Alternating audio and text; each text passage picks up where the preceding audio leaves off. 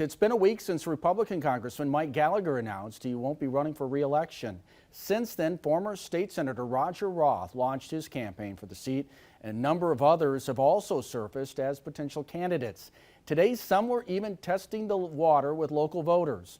New at 6, we showed up at some of those events to see who's making the rounds. At the Republican Party caucus in O'Connell County, some familiar faces were in the audience, including State Senator Andre Jacques and Alex Brusewitz, a GOP consultant with close ties to the campaign of former President Donald Trump. Brusewitz was among the first to say on social media he was considering a run for the 8th Congressional seat, with some national media outlets reporting he was willing to challenge Mike Gallagher in the primary over his decision not to impeach Homeland Security Secretary Alejandro Mayorkas. I've been getting a lot of calls since the seat has opened up from both nationally and locally, encouraging me to run.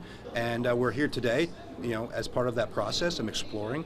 I'm not committed at this moment, but we are certainly taking a hard look at it. And part of that is having conversations with local leaders. Also considering a run is State Senator Andre Jacques, who hopes to make up his mind in the next few weeks. Just going around and having conversations with folks, but a lot of people calling me, texting me, emailing, asking me to run, and I think that it certainly would be a contrast between the establishment and the grassroots, and that's what I represent. Democrats are also recruiting candidates for the 8th congressional seat. The state party previously said in a statement that they look forward to competing in the 8th and bringing some stability and competence back to the House, end quote.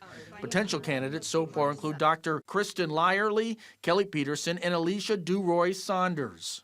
For people that are considering running, it's a once-in-a-lifetime opportunity.